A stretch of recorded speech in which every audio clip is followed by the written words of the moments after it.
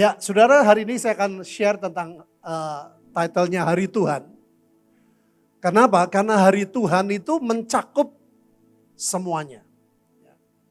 Nomor satu, mencakup apa yang Tuhan janjikan tentang lawatan terbesar. Tuaian jiwa-jiwa yang terhebat, double porsi dari zaman kisah para rasul. Itu ada di hari Tuhan. Ya. Tetapi di hari Tuhan juga bicara tentang masa kesesakan, antikris. Hari Tuhan juga bicara tentang rapture. Ini melingkupi, saudara. Hanya sungguh-sungguh kita akan belajar, kita melihat, saudara. Antara Tuhan dengan kita itu adalah hukumnya hukum perjanjian. Jadi ada bagian Tuhan, ada bagian kita. Hari Tuhan ini misteri, Bapak Ibu. Kenapa saya katakan misteri? Next. Nah, ini ayat yang terkenal. Dalam Matius 24 ayat 36. Tetapi tentang hari dan saat itu tidak seorang pun yang tahu. Malaikat-malaikat di sorga tidak, ini aneh saudara, anak pun tidak. Dikatakan apa? Hanya Bapa sendiri. Saya ingin saudara coba renungin. Mengapa dikatakan hanya Bapa sendiri? Bukankah Bapa dengan Tuhan Yesus dan Roh Kudus itu menyatu? Mengapa dikatakan hanya Bapa sendiri? Ini bisa multi interpretasi, Bapak Ibu. Saya pernah dengar seolah-olah Bapa itu cuman sendiri. Artinya dia otoriter. Tuhan Yesus nggak dikasih tahu, Roh Kudus enggak. Banyak interpretasi, Bapak, multi interpretasi. Saya mau ngajak hari ini kita merenungkan, saudara. Mengapa dikatakan hanya Bapa sendiri? Sebetulnya di Alkitab, yang paling sulit adalah mengerti tentang hal-hal yang tidak langsung dari Tuhan. Kalau yang langsung kita bisa belajar, saudara. Belajar dari berbagai bahasa, belajar sejarah, kita akan ketemu. Tapi sesuatu yang tidak langsung, itu yang tidak mudah. Ya, contohnya banyak, misalnya waktu Tuhan Yesus pakai jarinya menulis di tanah, itu kan sesuatu pernyataan yang tidak langsung. Banyak saya merenungkan di Alkitab, saudara. Hal-hal yang tidak langsung yang Tuhan beritahu, Tuhan ngomong, bahkan itu penting, tapi nggak langsung Tuhan bicara. Nah, ini yang saya mau ajak saudara. Biasanya orang khotbah sampai sini selesai. Saya merenungkan, saudara, Tuhan, kenapa kok dikatakan hanya Bapa sendiri?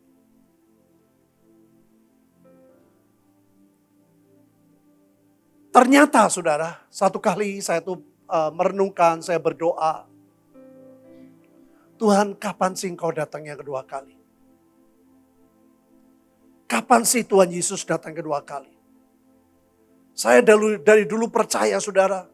Kisah Rasul 3:21 dikatakan sebelum Tuhan datang, pemulihan segala sesuatu harus terjadi. Pemulihan yang dari Tuhan itu harus terjadi. Itu termasuk hari Tuhan kan. Saya bilang, Tuhan, kapan? Tandanya bagaimana? Dan dari pengertian-pengertian, saudara, saya bisa menyimpulkan Tuhan itu sangat baik. Maka saya senang lagu tadi, saudara. Saya tahu Tuhan baik. Nah, Mengapa dikatakan hanya Bapak sendiri? Ternyata ini sesuatu rahasia Bapak Ibu. Rahasia hati.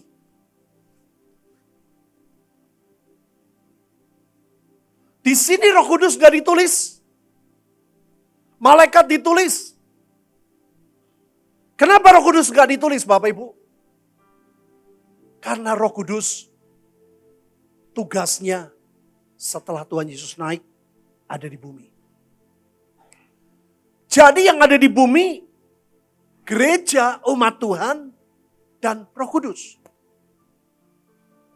Dari sini saya menangkap Bapak Ibu. Kenapa dikatakan hanya Bapak sendiri? Karena Bapak melihat sikon. Melihat respon gereja. Melihat respon umat Tuhan. Yang disertai Roh Kudus. Yang diberitahu Roh Kudus. Mau gak dituntun oleh Roh Kudus? Mengerjakan bagiannya. Jadi ternyata bukan Bapak sendiri dan Bapak pasif, tidak saudara. Ini betul-betul ternyata bergantung saudara, artinya melihat kapan hari Tuhan itu terjadi, apa yang dikerjakan oleh umat Tuhan. Kita pasif, kita diam, tidak mengerjakan apa-apa. Atau gereja umat Tuhan melakukan bagiannya. Next. Ya, ini dalam bahasa Inggrisnya lebih detail dikatakan day and hour. Tapi tetap dikatakan but only the Father. Hanya Bapa sendiri. Ternyata di sini saudara saya bisa menangkap. Kenapa Roh Kudus gak ditulis? Karena Bapa sedang melihat saudara. Dari zaman ke zaman.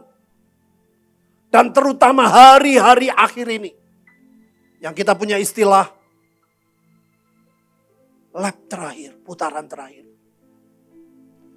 Ada banyak gereja sibuk dengan urusannya. Ada banyak umat Tuhan yang sedang sibuk dengan kemauannya. Ada banyak anak-anak Tuhan sibuk dengan hobinya. Tetapi belum tahu, belum tentu saudara mengerjakan bagian-bagian yang harus dikerjakan. Saudara, saya punya istilah kalau saya khotbah di gereja-gereja lain. Supaya memudahkan dan saya belajar seperti kepada Yunani, saya seperti orang Yunani. Saya katakan minimal umat Tuhan melakukan 2 bagian. Defensif seperti Abraham. Defensif seperti zamannya Yunus. Abraham adalah lambang gereja, lambang umat Tuhan yang tidak memikirkan dirinya. Dia belajar melobi. Dia bersyafaat. Dia memintakan belas kasihan Tuhan. Kalau 50, kalau 40, 30, 20, sampai akhirnya 10.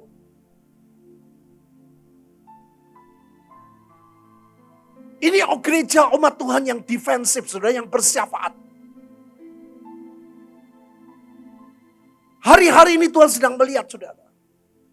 Contoh saja dengan sikon seperti ini. Ada banyak gereja pasif, saudara. Doa sekedar doa. Akhirnya dia tidak mengerjakan bagiannya. Ada yang merindukan ibadah tetap ada offline. Tapi saya ngobrol-ngobrol, saudara, ada sebuah grup. Ternyata motivasinya bukan sesuatu yang seperti yang Tuhan mau. Itu istilah dulu tahun 80-an saya dengar namanya arisan hari Minggu. Yang penting ada arisan hari Minggu.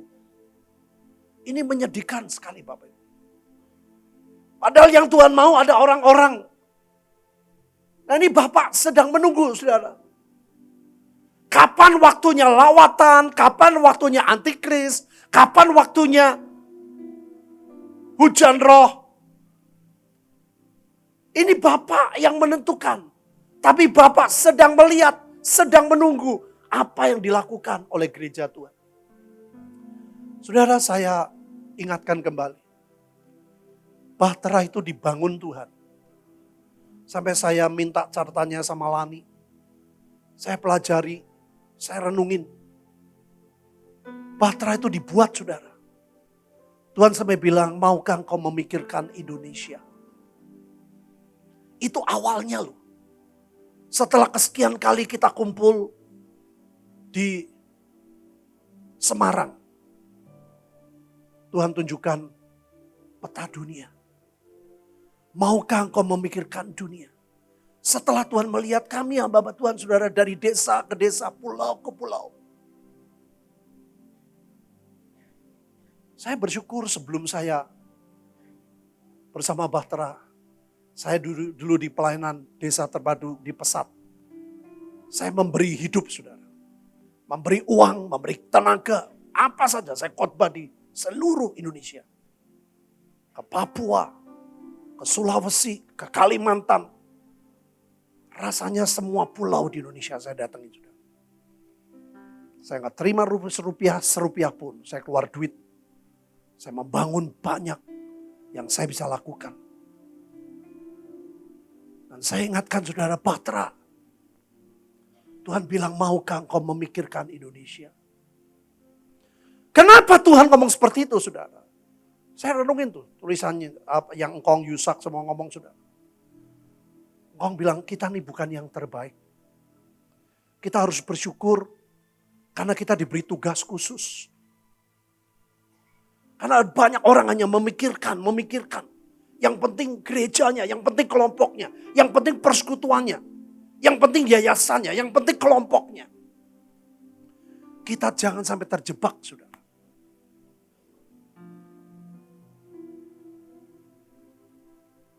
Itu yang defensif, tolong tampilkan lagi. Itu yang defensif. Seperti Yunus. Niniwe diancam, dituntut sama iblis. Harus terjadi bencana. Kematian sia-sia. Tuhan bilang, ayo doakan, minta belas kasihan. Yang kedua, yang ofensif, saudara. Yang ofensif itu seperti yang Paulus katakan. Musuhmu bukan darah dan daging. Tapi roh-roh jahat di udara. Seperti dikatakan Yakobus, lawanlah iblis. Saudara, saya beri gambaran yang Alkitab berkata karena kasih semakin berkurang. Ya, itu sama. Karena dosa bertambah, kasih berkurang. Itu sebetulnya pernyataan yang Tuhan kasih tahu.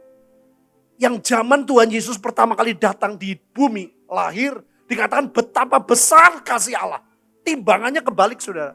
Betapa besar kasih Allah. Tapi umat Tuhan tidak mempertahankan itu. Kasih Tuhan menjadi ringan, dosa makin bertambah, gak ada yang doa perang, gak ada yang menahan kekuatan lawan. Saudara, saya bersyukur tiap Selasa, dimanapun saya ada, saya kelilingi kota itu. Saya tanya tempat-tempat, tanya Tuhan tempat mana yang harus kami perangi. Kami kemarin ke Bali, ke daerah-daerah yang orang gak suka, saudara. Saya tetap doa peperangan. Dikatakan kasih makin berkurang, artinya kita mesti berbuat kebenaran dan kebaikan.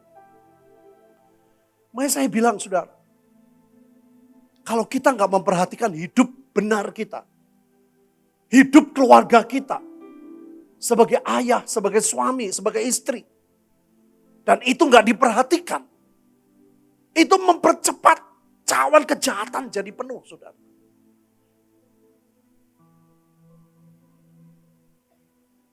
Saya bersyukur kita terus berbuat kebaikan. Bermiliat-miliat saya keluar duit, saudara. Tapi saya tahu itu tidak sia-sia. Kami menuai, saudara. Mereka mau sampai terima Tuhan Yesus, penuh Roh Kudus, kelepasan. Tapi saya tahu satu tanda. Gereja kami ditambahkan jemaatnya terus. Saya sampai tanya ke Krisnoto, itu siapa nih? Ada orang-orang baru, ada orang tiap minggu sudah. Kita buat hanya 3 kali. Pokoknya kursi kira-kira 400, 400, 400. Yang kedua bahasa Jawa, khusus saudara orang-orang bahasa Jawa. Yang kita menangkan, yang dari penjara, di follow up. Saya bilang Tuhan kok ajaib. Kami keliling, kami kemana-mana, kami menginjil. Tapi yang di dalam juga bertumbuh. Bertumbuh dalam kualitas, bertumbuh dalam kuantitas. Orang semua bingung sudah. Kalau kita acara besar, penuh, gugus depan datang. Wah luar biasa ya. Wah exhaustnya semua nyala. Oh pintu-pintu dibuka ini boros loh. Saya bilang boros gak apa-apa. Yang penting kita semua nikmati hadirat Tuhan. Saya nikmati dimanapun. Saya belajar. Kepada orang Yahudi, kepada Yunani. Nah saudara, ini yang perlu kita renungkan. Saudara. Kalau kita tidak mengerjakan apa-apa, kalau Bahtera tidak mengerjakan apa-apa, oleh anugerah Tuhan sekali lagi lu ya. Bukan karena kekuatan kita. Bukan kalau kita melakukan, Tuhannya suka, kita nggak melakukan, Tuhannya marah. Tidak Bapak Ibu. Kita melakukan karena cinta, karena Tuhan mengasihi kita. Saya ingat sekali dulu di zaman kita doa perang. Pak Agung memberikan sebuah statement yang sederhana. Dia bilang kita perang bukan kita kalah menuju kemenangan. Kita sudah menang. Kita lebih dari pemenang. Kita memperbesar kemenangan. Mempercepat yang di dunia roh menjadi kenyataan. Saya rubah saudara. Kalau dulu kan roh jadi daging. Makanya gemuk semua. Saya lihat foto-foto saya di Bahtera pertama. Saya kurus loh saudara. Gak tahu sekarang, gak tahu berapa kilo, gak tahu. Ampunilah hamba. Ini baru 5 menit kan? Ini Bapak Ibu. Lakukan kebenaran, hidup benar, kebaikan. Oleh anugerah Tuhan kemarin Vincent dan tim ke sebuah pulau saudara. Sulit dapat signal. Kami daerah Bali juga daerah yang tidak dijangkau orang. Mereka sampai bilang, jangan pulang, jangan pulang. Ajari kami keterampilan. Kami gak ngerti. Wah punya kami komplit saudara. Bengkel mobil ada, bengkel motor ada, mekanik. Saya bilang, oh ini kalau kami gini kami gak bisa nyebrang naik kapal. Kita mesti nunggu dulu bawa dulu itu gensetnya baru kita bisa berlayar lagi. Mereka bilang, kapan datang lagi? Saya bilang, ya kita bekerja. Kita akan membawa banyak keterampilan orang jadi berkat. Mengerjakan bagian-bagiannya. Apa itu namanya? Tanaman yang sekarang namanya hidroponik. Kita semua ahli-ahlinya. Saya bilang bersyukur banget. Next. Nah ini yang menarik Bapak Ibu. Ada 3 penafsiran tentang kapan Tuhan datang. Ya. Ada pre-tribulation, mid-tribulation, dan post-tribulation. Kalau saya melihat ya banyak baca buku saudara dan khotbah-khotbah, kira-kira waktunya, makanya saya kasih tanda tanya semua, ini gak ada waktunya, kapan mulainya, tahun berapa, di tengahnya kapan, ini gak ada saudara, ini misteri. Ini yang dikatakan kenapa Bapak sendiri, Bapak sedang menunggu. Apa yang dikerjakan oleh umat Tuhan. Apa yang dikerjakan oleh Bahtera yang disuruh, ayo pikirkan Indonesia, ayo pikirkan bangsa-bangsa. Kami mau ke Afrika, kami buat 2 grup dulu. Pulau-pulau kami terus saudara, gak pernah berhenti. Biayanya besar. Tapi saya bersyukur tadi, ketemu orang-orang kunci. Dan dengan anugerah Tuhan kami buat patok kehidupan namanya. Sesuatu yang bisa kita kerjakan terus menerus. Kita memberkati tapi kita juga jadi berkat. Kita diberkati juga. Nah saudara, Ini kan misteri. Kapan kita nggak ada yang tahu.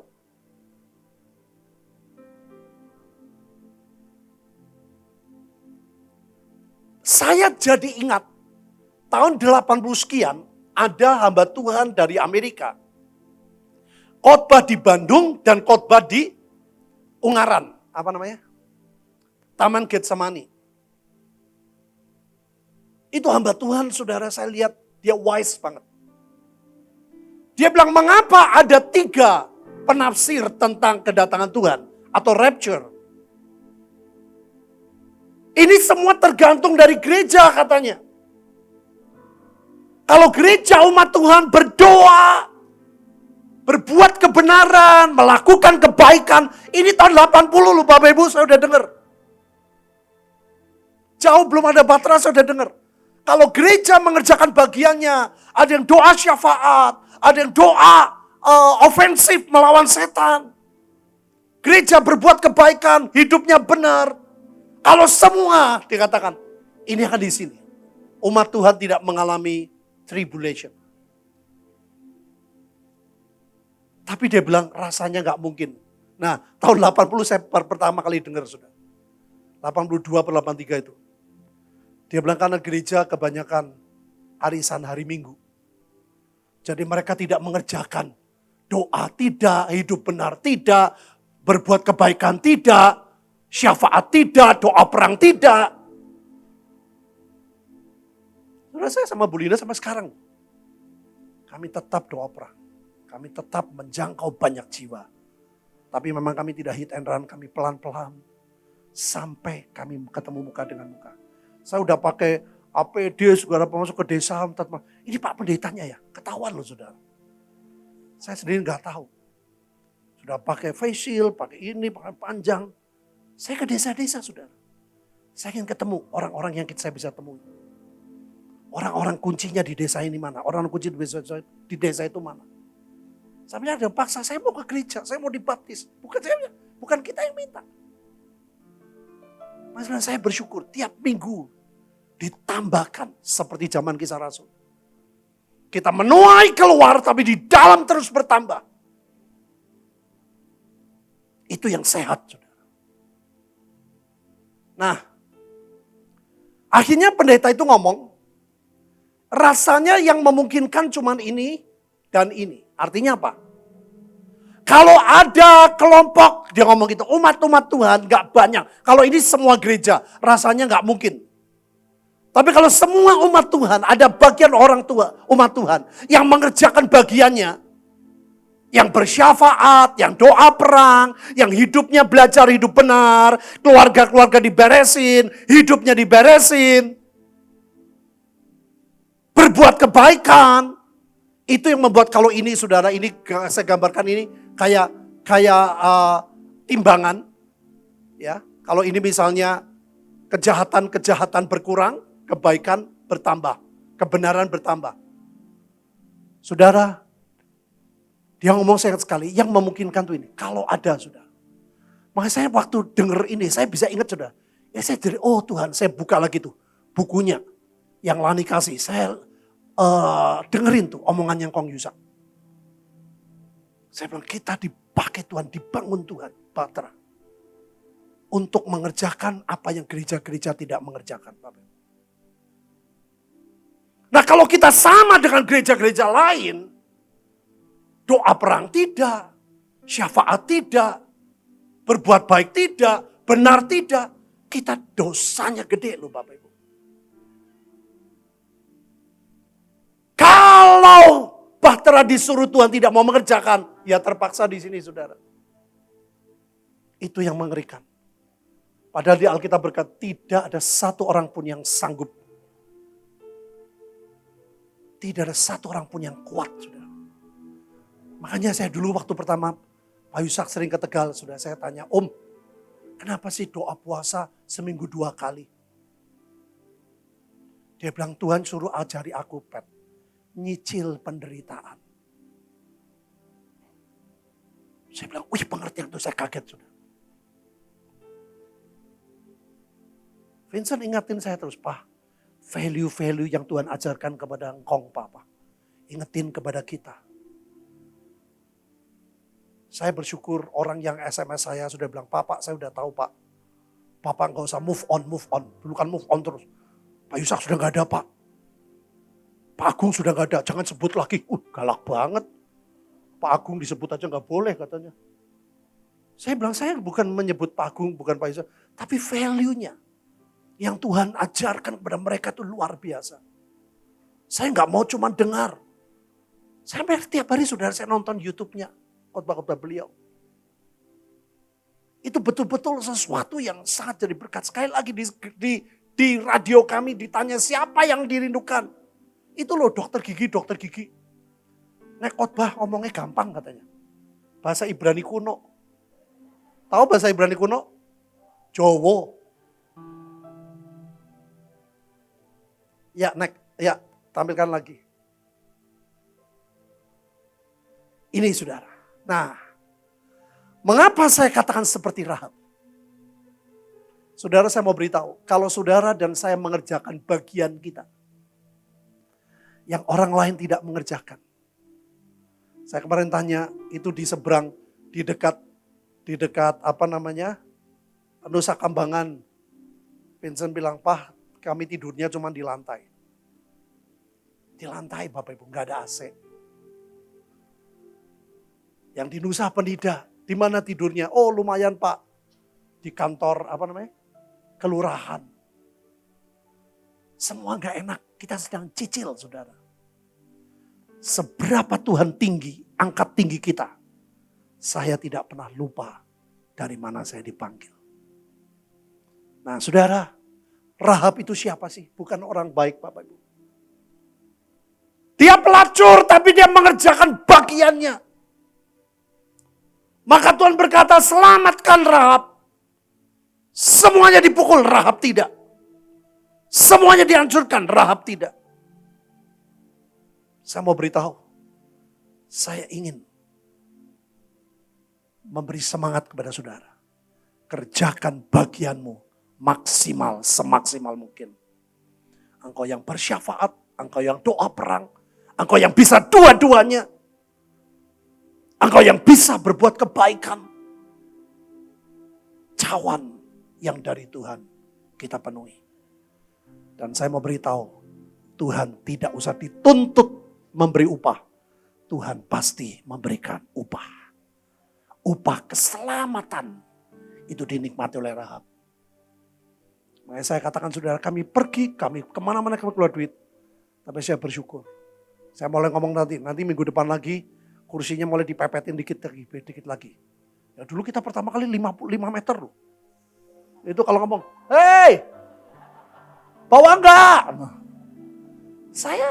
saya tidak menciptakan itu Bapak Ibu. Sungguh saya orangnya, sebetulnya saya nggak ada sifat penakut itu nggak ada.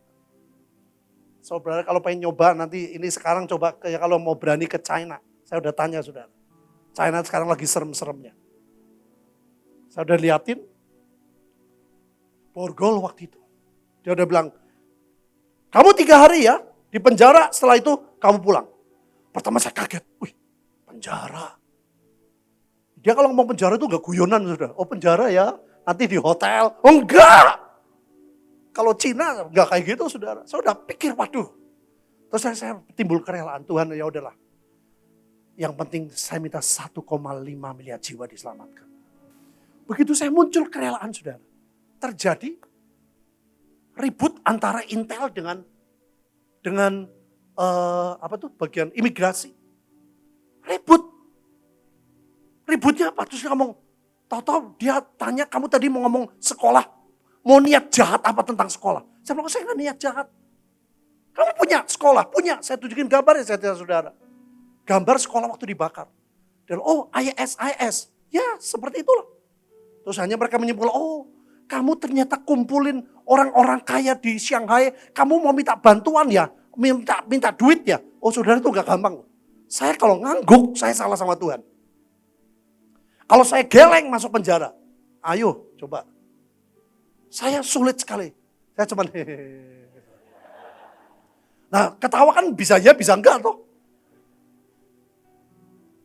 Dan itu mujizat terjadi, saudara.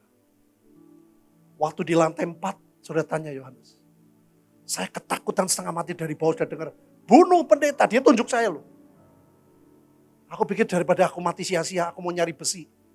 Nah dia naik ke atas, tak tempelin besi. Rada masuk dikit ke perutnya.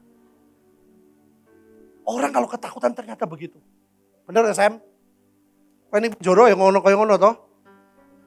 Nah udah kepepet yo lali kabeh toh Sam. Aku yo lali anak Tuhan loh, pendeta lali kok. Tapi kira aku mati sia-sia ya. Naik tak cubles gitu, entok loro telu lumayan bareng. Aku surga kamu enggak, nah gitu toh.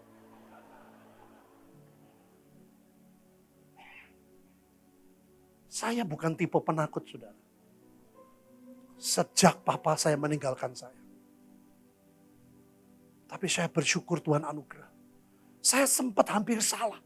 Sempat 2 minggu mau tutup gereja, saudara.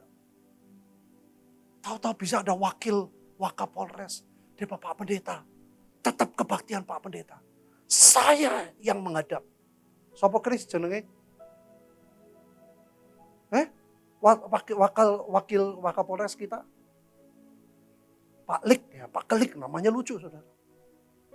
Tapi dia kecil-kecil itu udah, saya tanggung jawab. Tapi gini ya Pak. Hanya direkam sama polisi segala. Masjid-masjid, harus buat ya, seperti gereja ini. Wah saya tuh gak mau mengorbankan orang saudara. Dia bilang, Pak ini kalau saya bisa dikeluarin loh Pak. Saya bisa dipecat dari polisi. Saya mempertahankan saudara. Nah, saya bilang, Pak ini boleh Pak sekarang 4 meter, 3 meter, semeter. Saudara nikmati kebaikan Tuhan. Tuhan sungguh baik. Kita akan tuai jutaan jiwa-jiwa. Dan sambil kita mengerjakan, tapi Tuhan suka. Amin Bapak Ibu. Mari nyanyikan pujian itu lagi sebentar.